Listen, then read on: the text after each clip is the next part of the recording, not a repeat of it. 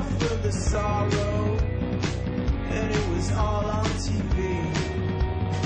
We blew a kiss to a goodbye. That's how you met me. Back to New York in the morning, we were right where we should be. She said, here I am,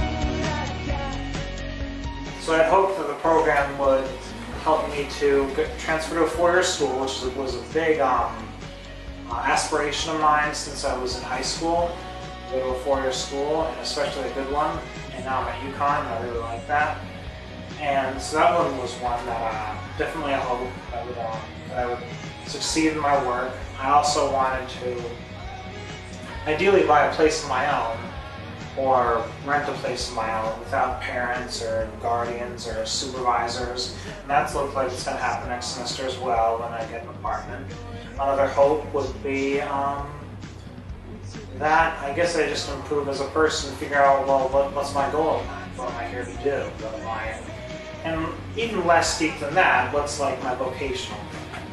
And I was never sure of that.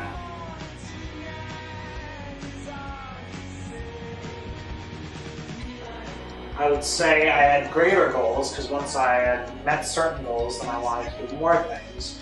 I found out, for instance, that I was a pretty good dishwasher. I liked doing that. I did like having a roommate, which is an experience I had previously that went okay in my other boarding high school.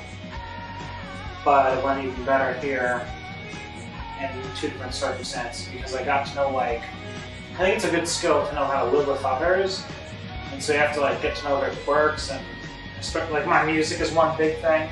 I play it very loudly, and so I would have to turn it down at night or off a lot of the time, which was hard for me. But I understood kind of what the other person was feeling. Like the two-way street thing, it was a hard thing to grasp. And like just as with the dishes, there was also like learning. Okay, well, planning for the future, like, meaning the immediate future in this case. Like, when my laundry's done, like, we had certain laundry days, or certain grocery days, we go grocery shopping. And so in those kind of days, I have to plan, okay, well, I have to make sure I don't have much stuff on this day, so that I can block out like a 2-hour block for going grocery shopping, put everything away, getting the rides set, and then for laundry would be make sure my stuff is out by a certain time, and hopefully get the other guys to put their stuff out in a nice way. And that's a lot of living with people, as well as independently with my parents.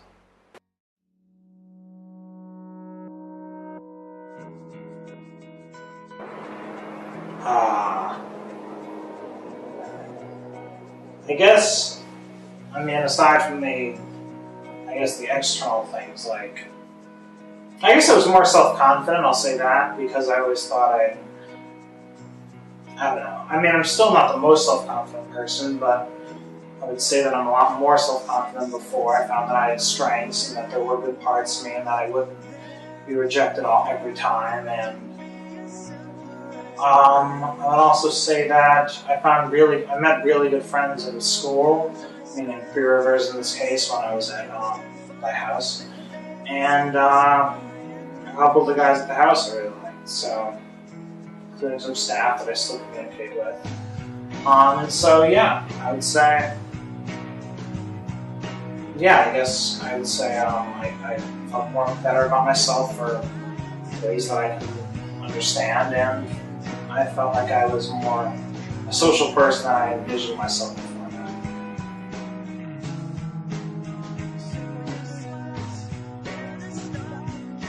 Alright, so what would like a week, like for instance a week would be, say I wouldn't always take open classes. In fact, I would take almost 9 credits, I'd say. So it would be like an event or two a week for the extracurriculars I had, such as environmental, Three Rivers environmentalists or whatever. And then there'd be what's it called? Strong CT event for math and sciences for underrepresented groups. and they would I would be going to a park or doing something like that, or I would be eating there. So then I would also go to school, I would say 3 to 4 times a week outside of that for 4 days a week rather, for my classes. And then I would get some help here at the Grant House for stuff like writing or planning out certain assignments when I had really big ones.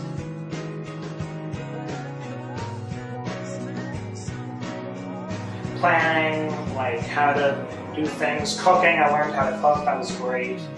I mean, I probably, anyone can learn how to cook, I guess, but I learned how to be confident in cooking, and that's really going to help me next semester. And also to see things from others' perspectives, which is a really tough lesson, and it probably took me a long time, and I still am trying actively today to use it.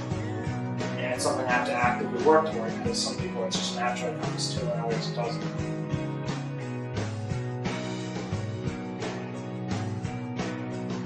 I would give following advice to students who come here. One, make sure you're actually probably the type who would benefit from these kind of services, because a lot of it is independent. I mean, they expect you to be, they'll give you the tools to succeed. It's like the fishing craze. You give you the tools to fish, then you got to catch it yourself, versus they're not going to give you the food to eat. It's much more a process of motivating yourself, and just as long as you know what to do, then you have to motivate yourself to do it. Try to listen to the staff because they have your best interests at heart, definitely. I'm not saying to suck up.